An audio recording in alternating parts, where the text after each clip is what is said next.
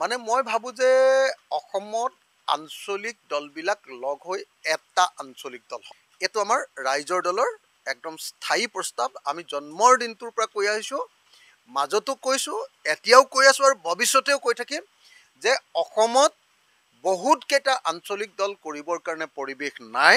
যদি সঁচাকৈ আঞ্চলিকতাবাদক শক্তিশালী কৰিব লাগে তেতিয়াহ'লে সমভাৱাপন্ন সকলোবিলাক আঞ্চলিক দল ঐক্যবদ্ধ হ'ব লাগে। ৰাইজৰ দলে বিচাৰে যে আঞ্চলিকতাবাদী দলবিলাক একলগ হ'ব লাগে, ইউনিফিকেশ্যন হ'ব লাগে, গোটেইবিলাক লগ লাগি এটা আঞ্চলিক দল হ'ব লাগে।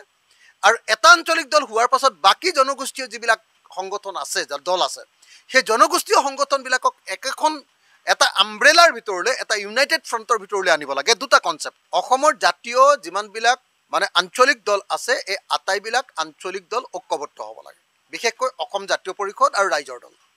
আৰু আমাৰ অজিত ভূঞা ডাঙৰীয়াৰো এটা দল আছে, সেই দলকে ধৰি যিকেইটা দল আছে এই আটাইকেইটা একলগ হৈ এটা দল হ'ব লাগে। এইটো হ'ল ফাৰ্ষ্ট কনচেপ্ট। দ্বিতীয় কথাটো হ'ল এই দলকেইটা একলগ হৈ শক্তিশালী হৈ বাকী জনগোষ্ঠীবিলাকৰ যিবিলাক আঞ্চলিক দল আছে সেইবিলাককো এখন প্লেটফৰ্মৰ ভিতৰত, এইটো মই ভাবোঁ যে অসমীয়া জাতিৰ স্বাৰ্থত আটাইতকৈ গুৰুত্বপূৰ্ণ। আমি যিদিনা ৰাইজৰ দল জন্ম হৈছিলোঁ সেইদিনাই এই কথা কৈছিলোঁ, তাৰ পাছতো কৈ আছোঁ, বিধানসভাৰ ইলেকশ্যনৰ সময়তো কৈছোঁ, লোকসভাৰ ইলেকশ্যনৰ সময়তো কৈছোঁ, আৰু লোকসভাৰ ইলেকশ্যনৰ পাছতো আমি কৈ আছোঁ। আৰু আমি নিৰন্তৰ চেষ্টা কৰি আছোঁ যে আটাইকেইটা আঞ্চলিক শক্তি ঐক্যবদ্ধ হৈ এটা শক্তিশালী আঞ্চলিক দল গঠন কৰা হওক।